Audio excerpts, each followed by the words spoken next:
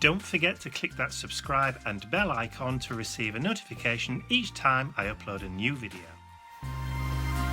So today I thought I would make a start in my volume 2 of the dolls. So to start off with, what I've done is I've added some clear plastic cover over the outer pages.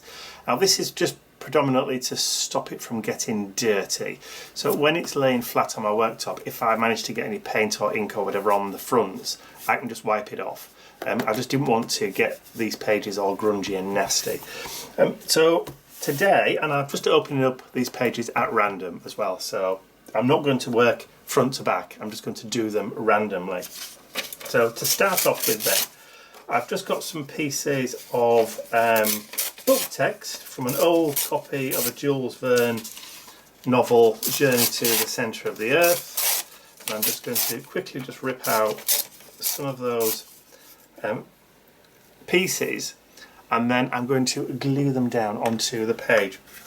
So I'm going to open up, oh, it always sticks together that bit. Just clear out the hole. That's better. Alright, I'm just going to drop some of that matte medium down on the page, and I'm just going to manoeuvre it around with a brush. I'm not going to spend a huge amount of time on this today. I just wanted to do something, make a start. As we say here in the UK, I want to break my duck, which basically means not start from zero. That is it's a cricketing term, and a duck is when you get bowled out without scoring a single point. So to break your duck basically means to not start from zero. So it's like when you're shopping or Christmas shopping and you've not done any shopping at all yet, and as soon as you buy your first present, you've broken your duck.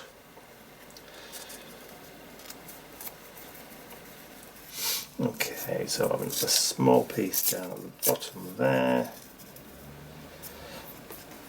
I am going to cover a lot of this up, as we normally do when we add pieces of paper of this nature, straight away.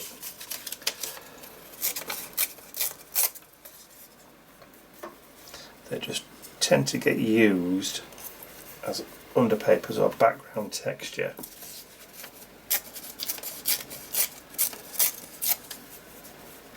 Just so you've not got like a plain piece. And the beauty about having a double page spread like this that you can lay flat is that you can add pieces in right the way across without worrying too much about them not being able to close. Go away, fly. Sun shining again today, unexpectedly. It's not supposed to be the forecast for rain, but because I've got the doors open, also means the flies can get in. Mr. Bentley's just wandering in and out as he pleases today.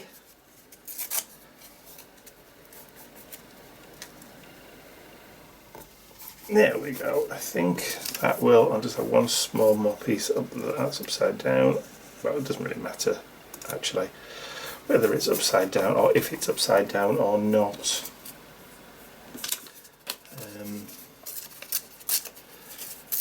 That'll do.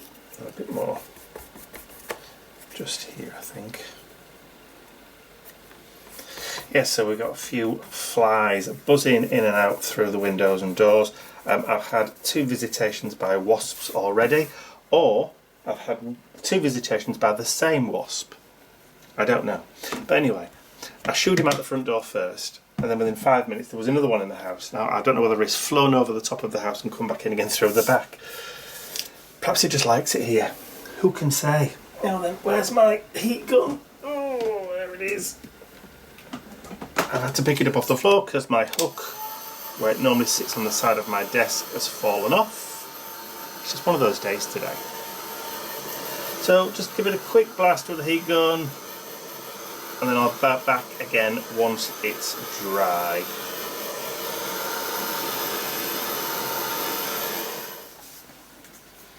Okay, so that's pretty much dry now. It is still quite warm, but I'm going to add in some texture paste onto this one. So hopefully I'm not going to make a complete mess and a hash of it. I'm not going to put huge amounts in. Put a dollop about there, and I'm just going to scrape forward like that. But I'm not going to go over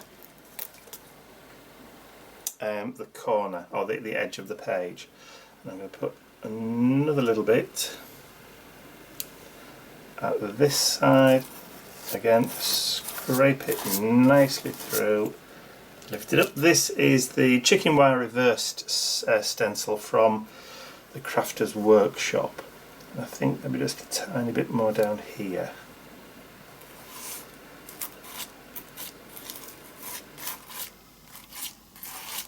This stencil is one of the first ones I ever purchased and has seen better days. Definitely seen better days.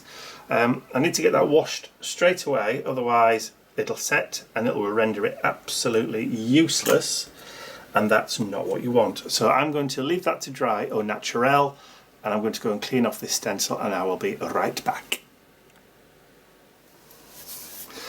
So my texture paste has dried on the page. I've brought out some bits of ephemera, so I'm just going to use some PVA and just stick that down onto the page. Just bog standard PVA, and I'm not particularly bothered about any of it squeezing out or doing the edges of the pieces, because I'm going to add some more colour over the top. Get that about there, and then just add some more here.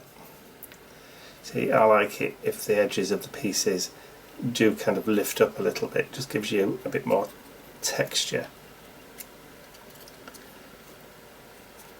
Stick that down about there.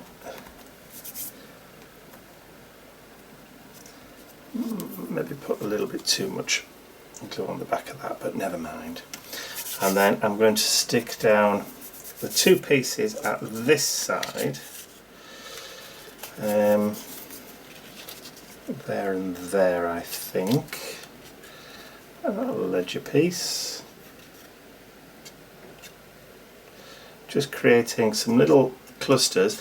Now, if you're not aware of this journal that I'm working in, this was a handmade journal that I created for myself to do this second volume of the dolls, and it's 4 inches by 6 inches, so when it's got a double page spread it's 8 inches by 6 inches, and I've used mixed media cardstock from, I think, the paper, I'll just tell you actually, it's from, company is Dale Rowney. There we go. So it's Dale Rowney cardstock. I'll show you the front cover in a second for those that are interested. If you're wanting to replicate or use what I use. If we can find the front covers kicking about somewhere. There we go. It's this one. So it says 250 GSM or £169. This one's A4, 30 sheets to it, but you can have the inch size there. So that's what I use for when I'm making my own little journals. Okay, so these are going to be my two chappies that I'm going to be adding to the pages, but not just yet, because I now want to add some spritzy colour. So I'll put those other two, or those other bits of ephemera to one side to use at a later date. Now then, I've just realised I've thrown a piece in the bin that I needed, but never mind. Okay, so spritzers. I'm going to be using my sandstone, which obviously is a browny colour, and I'm going to use some sea green. So I'm going to just grab that, and I want some kitchen towel because it may get a wee bit messy. Are you going back to bed, Mr. Bentley? He came to see me earlier. He'd just been laid out on the floor in my room. Oh, he's just jumped on the bed. He's a monkey. Right, so just lay that down there, and then I'm going to spritz on some colour.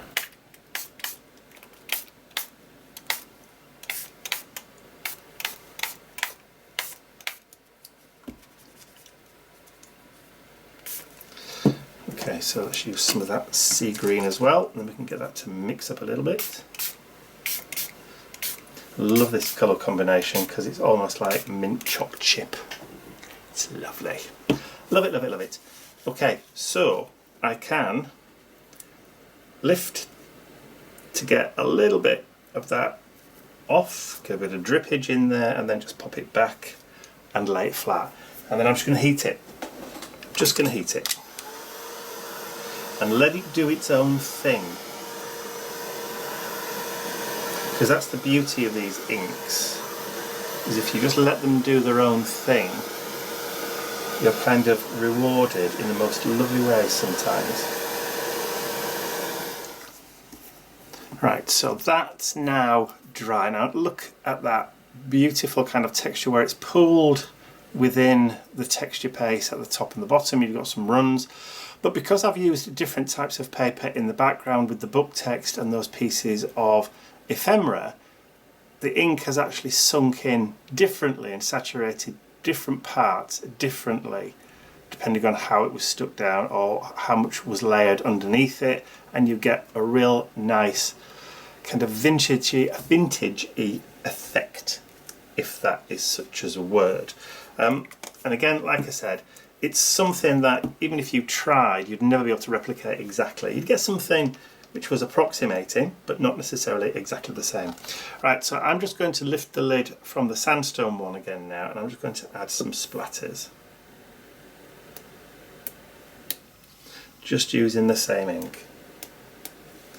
I'm just going to splatter those across the page, and again, get that dry, and I'll be back.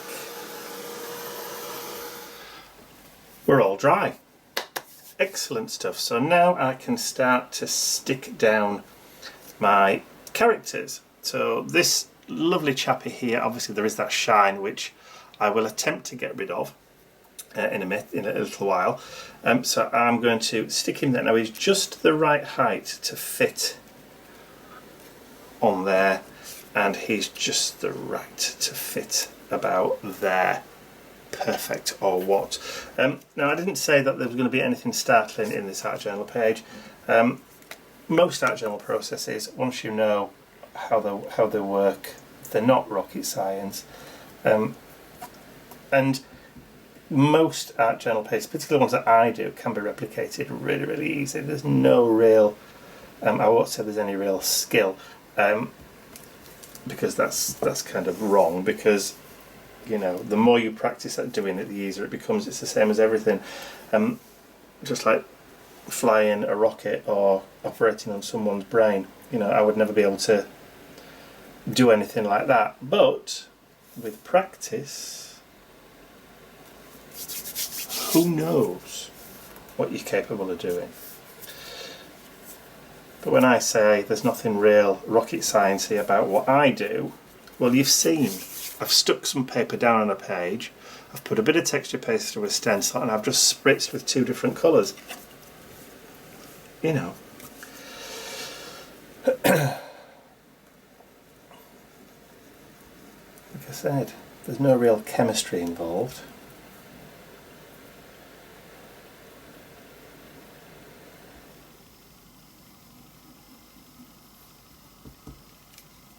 Okay, so we've got some glue on him.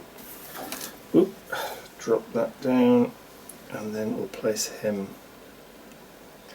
on the edge. Just make sure that his hat doesn't come off the top. Because we're working with a smaller space this time, only 6 inches high, you can cram quite a lot into that space. Right, I need to put something a little bit heavy on there just to make sure that they're going to hold down. What else have I got that's heavy? I'm actually out of a lot of my supplies.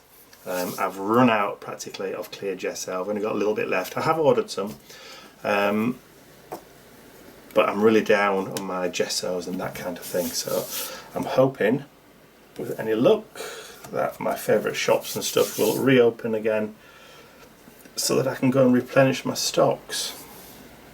I'll be back when they're dry.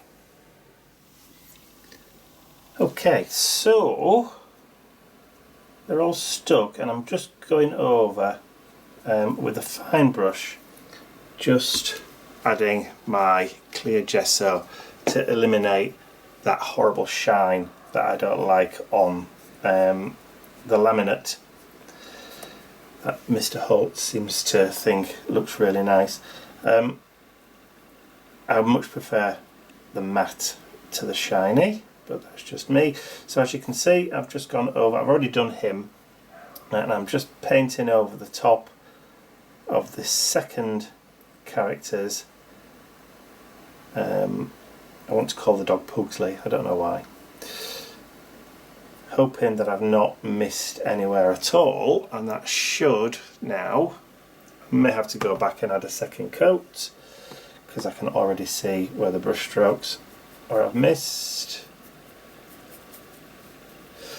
I don't really like to use large brushes when I'm doing this kind of thing because you don't really have as much control, but I also don't want to disturb any of the colour. Right, I'll just give that a quick blast and then see if we can get rid. Okay, so just quickly, sometimes when you dry the gesso too quick, it goes white. Now can you see where I've got a little bit there and there's some on the hat where I went back over? Don't like that, so I'm just going to rub it gently with just with a wet wipe. Just add some water to it. And because we've got a laminate on this, you're not really going to do too much damage.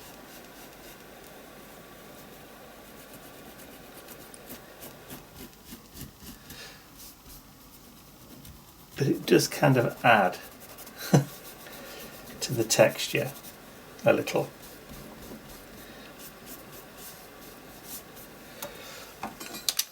It's not going to come off now. Don't think it's going to come off.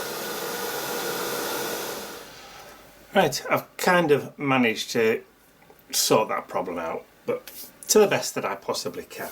I can go over it a little bit later on with some distressing just to kind of dull it down a tad. Okay, so next bit I want to add on my little quote for the page, and as you can tell just by looking here, I'm going to use the word, well, I'm going to use my hero on there. So what I've done is I've used this new stamp. So this is, I showed this on last week's vlog. It has 12 characters. Each one of the bands has the alphabet and numbers from 0 to 9, and also lots of different punctuation on there, so question marks, exclamation marks, you name it. So you can make your own words up to 12 characters, or you can do smaller little phrases just all in one go. Now, obviously you're reduced to only the one font, and it's a decent size as well, but it works. So I've just stamped it down a couple of times, just using some StazOn ink, and also just some of that kind of foxed paper from within the book. So I'm just going to grab, is that black or is that brown? That probably is brown, so let's take some of that distress ink, and I'm just going to go around the edge just to kind of make those edges pop a little bit.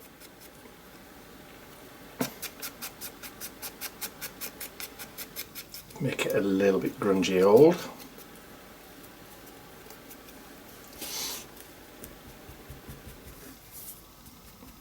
So of course the foxy paper, or the old paper from the book, takes the distress inks really, really well. Now I've got my glue stick, so I'm just going to add some glue to the back. This is a Dilution's Diary glue stick. It's triangular, so you can get into corners with it, which is very useful. And then I'm going to stick that down just there, like so. And while I've still got some of that distress ink on there, I'm just going to rub that over the top, just to kind of give it a bit of kind of like a sepia tone. Just rub it in with my finger, and because we've got the gesso on there, it's taking the ink quite nicely. Doesn't quite look so bad now. There we go. And I think I'm going to call that done. Oh no, I've got one last thing to do. I want to use my Dirty Circles stencil and just add in some of those. Have I used the right? I haven't used the right foam there. This is what happens when you've got more than one kicking about. There we go. Just add a couple of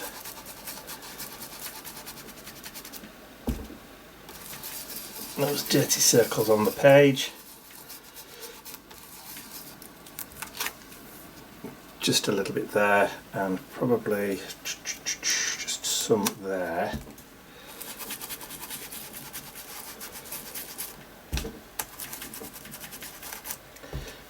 Just has a little bit more interest in that background, and you can make them as dark as you want or as light as you want just by going over and over, or choosing your ink wisely. There we go, that'll do. Just adds a little bit more interest into that background. Like that a lot, and I think for page 1, volume 2 of the dolls. There we go. So I hope you've enjoyed watching me do that. If you have, please remember to give it a thumbs up, share the video with your friends, and if you haven't subscribed to my YouTube channel already, you can do so by clicking the button at the end of the video. That's all from me for now. I will see you all again very, very soon. Bye for now.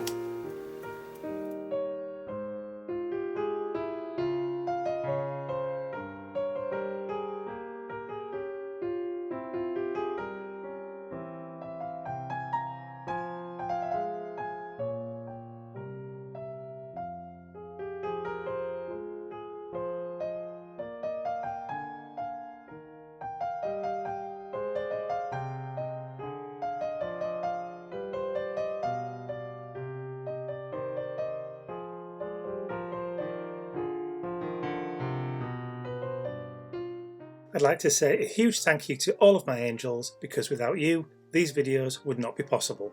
Thank you.